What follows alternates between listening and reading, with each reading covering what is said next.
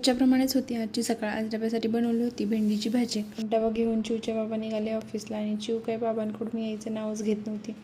बाबा ऑफिसला गेल्यानंतर आम्ही चिवसाठी आणलेले थोडेसे ओट्स भाजून ठेवले, म्हणजे तिला नंतर खाऊ करताना ते बरं पडतं. नंतर चिवची खेळणी ती आता तोंडात घालते, त्यामुळे ती व्यवस्थित धुवून ठेवली. काल यांनी बाजारातून खरबूज आणलं होतं, तर म्हटलं चला करू व्हायरल आईस्क्रीम बनवण्यासाठी खरबूज पहिल्यांदा वरतून चिरून घेतलं आणि त्यातील सर्व बिया काढून घेतल्या. सर्व बिया व्यवस्थित काढल्यानंतर खरबुजाच्या आतमध्ये जो गर असतो तोही एका प्लेटमध्ये काढून घेतला. यामध्ये मधला गर काढून घेतला आणि साईडला थोडासा शिल्लक ठेवला होता. या आईस्क्रीममध्ये मी कस्टर्ड पावडरचा वापर केला आहे. त्यासाठी मी एका वाटीत थोडंसं गरम दूध घेतलं आणि त्या गरम दुधामध्येच 3 चमचे कस्टर्ड पावडर घातली आणि ती व्यवस्थित अशी मिक्स करून घेतली.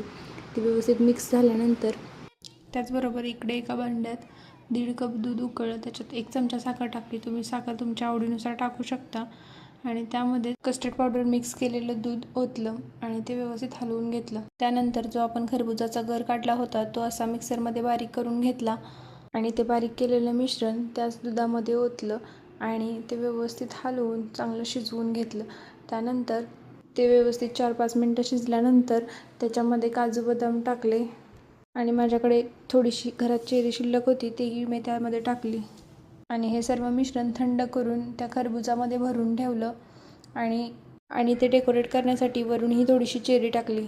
हे सर्व झाल्यानंतर त्याच खरबुजाचा जो वरचा भाग कट केला होता तो त्याच्यावर झाकून ठेवला आणि ते खरबूज एका वाटीमध्ये ठेवून ते फ्रीझरमध्ये 8-9 तासासाठी तसंच ठेवलं. 8 तासानंतर ते व्यवस्थित असं तयार झालं होतं आणि ते नंतर छान असं कट केलं आणि ते खाण्याचा आनंद घेतला.